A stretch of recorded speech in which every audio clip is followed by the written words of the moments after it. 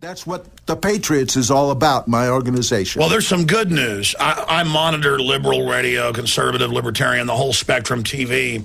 And in the last month, as the pain has gotten bad enough and as they've stopped denying that we're in an economic free fall because it doesn't work anymore, and as enough people that thought they were part of the power structure feel the pain, they're now admitting not corporations good, welfare people bad, or welfare people good, corporations bad, rich good or rich bad.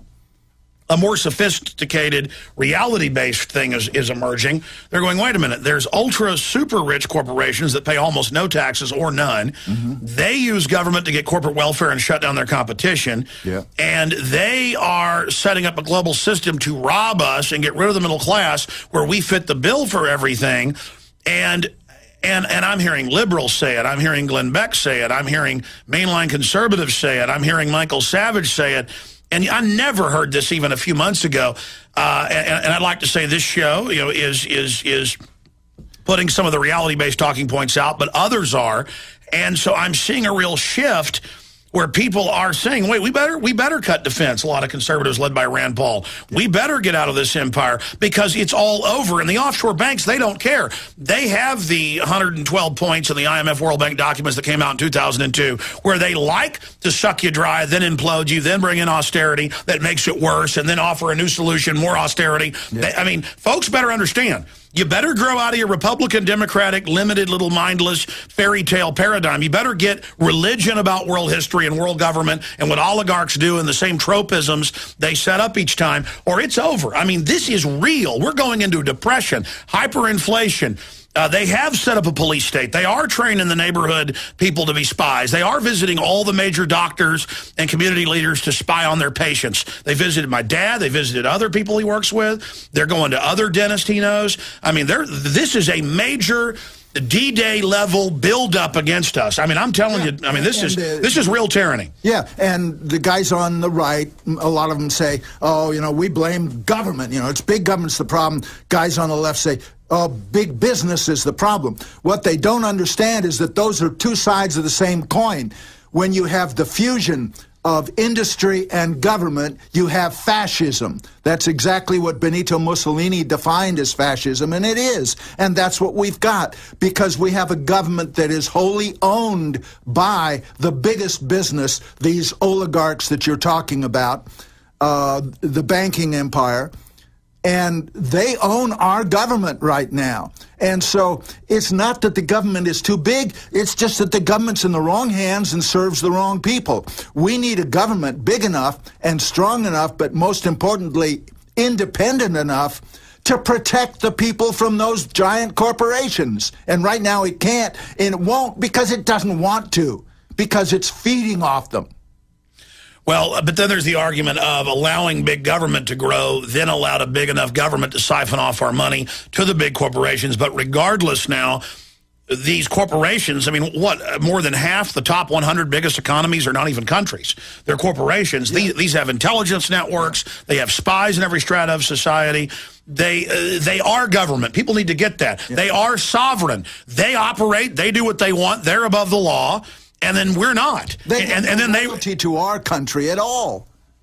Most of them don't pay taxes to our country. They've got some rinky-dink headquarters. It's the Fortune 100 that actually lobbies for higher taxes on Joe Schmo. Yeah. I'm sick of it. Yeah. I mean, it was the insurance companies. That's how deceptive. Oh, you want socialist health care? Oh, you don't want to help old ladies. You're a racist. Then you get the health care bill written by the insurance companies to cut care, to not let doctors carry out the care, and to make 35 million people buy the insurance. Doesn't cover pre-existing conditions. And you've got to have arguments with dumb mainline liberals that think you want to take free health care from somebody. It doesn't exist. It's such a fraud that we're having a debate about health care when it's not. Oh, man. It is. When you get to health care, my conservative position is, as a conservative, I believe that the only fiscally responsible way to provide health care is to eliminate the profit, the overhead, the red tape, and the interference between doctor and patient of the insurance companies by kicking them out of health care altogether. I would much rather have a single-payer national health system, no insurance companies. The government doesn't run health care. It just does one thing. It pays the bill. And the bill would be about 60% of what it is now because we'd get rid of all of that profit and overhead. Well, when you talk about... I know that's not libertarian, but, hey, I swing both ways. A lot of my talks are co-sponsored by the Libertarian Party and the Green Party. I understand that. No. Well, look, we already have a form of collectivism. The insurance companies owned by the mega banks have written a system where the profits are private and the loss is public. Yeah. Socialism for the rich, capitalism for the poor. That's what we've got. Yeah, and they take our wealth. So I'm saying government has become the conduit of that, and the libertarians come in and say, privatize. Well, now you've just got a new government called a corporation over you who even jacks it up more. You're right. Absolutely. Absolutely. But see, I mean, again, they make it so simple. Liberal, conservative, libertarian. Yeah, but you have to debate what you're dealing with. Yeah. What these things really are, not their definitions. Dr. Bowman, but looking at where we are now, I mean, do you have any doubt that the meltdown is accelerating? No, of course it's the only thing that you can do where we are.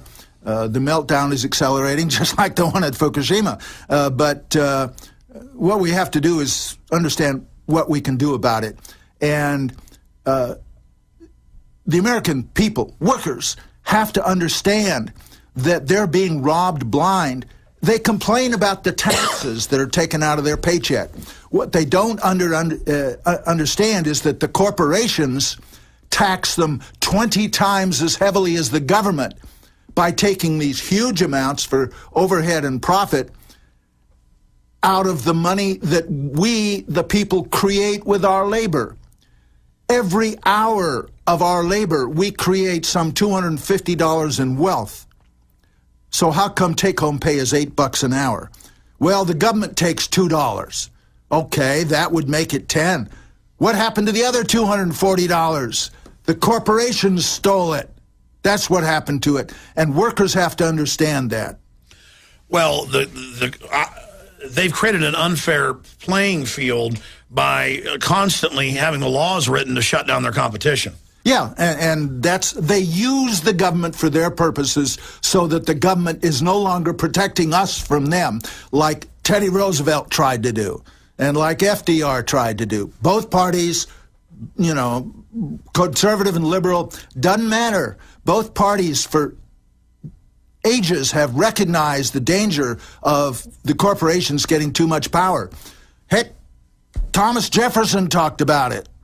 Well, again, there's the mega corporations that have all the lawyers and write the loopholes. They are the ones that get away with murder. Yeah, we're not talking about mom and pop grocery stores here. No, exactly. Who have a corporation for liability, so if somebody slips and breaks their ankle, they can't take, you know, Susie's college money. Yeah. And again, as people send me emails saying, what you're saying, all corporations are bad. No, folks, we're not saying that.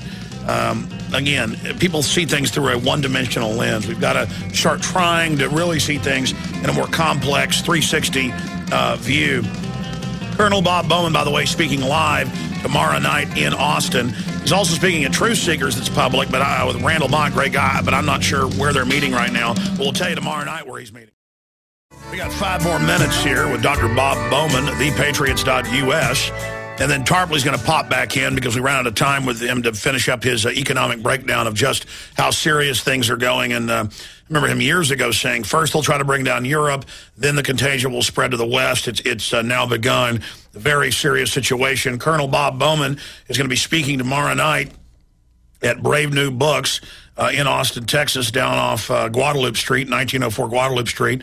Really needs no introduction for Austinites. Get there early because it only holds about 150 people, and that'll be Saturday, April 30th, 7 p.m. to 9 p.m. Central. Always great to hear him uninterrupted by the radio breaks and things, so folks can check that out. Dr. Bowman, I mean, the crisis isn't approaching. It's here, kind of like a fire in a house. It's now, you know, the house is on fire. If it continues, the whole house is going to burn down. How do you see the globalists, the social engineers, the oligarchy striking back? I see false flag written all over the place, and I see these White House advisors saying how great this would be. and to really accelerate their new wars and their domestic crackdown. Yeah, we have to understand that the entire war on terror is phony, up one side and down the other. Not just because 9/11 was a lie, you know, we all know that. But beyond that, that the real reasons for Iraq and for Afghanistan had nothing to do with 9/11.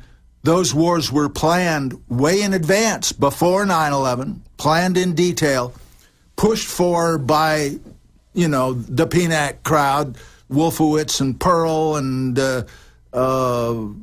Zelikow and Cheney and, you know, all the traitors. So it's pursuit of empire. We have to end that. We have to bring our brave young men and women home while they're still alive. We have to start using the money to serve the people of this country. We need to end the Fed, abolish the Fed, get rid of that debt to the Fed.